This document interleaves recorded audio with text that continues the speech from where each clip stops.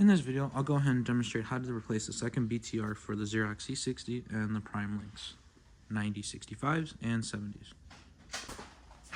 First, we're going to go ahead and open the front cover. We'll unlock the latch to pull out our drawer assembly. And then the next time we're going to aim for is right here. We're going to take off the black cover, the handle, and we'll show you the connections here. Next, we're going to go ahead and pull the drawer just a little bit out. You will need something pointy to poke out each rail. And this little hole, you'll poke and you'll pull out on each side. One right here, one right here.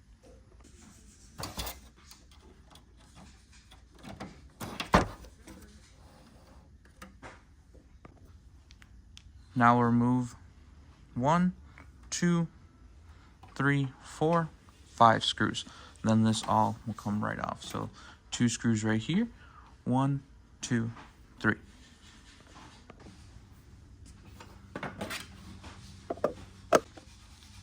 Now that we have this off, we'll go ahead and there's 1 screw right here that holds this as well, so they have to take off. Disconnect this right here, and we're gonna go ahead and unplug this like so. We'll grab right here, and we'll make sure we pull this off as well in order to remove the second BTR. Now that you have all of that off, disconnect this, unpin here, make sure that screw is off.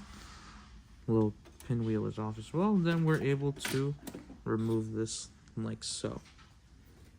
And then when you insert your new one, of course you want to angle a little bit, and then you'll go down, and then you'll see that it'll sit flush here. We'll make sure we connect the white cord here, add our cord right here, and we're gonna add our screw right in here. And now we just roll reverse everything to put everything together with the cover right back on.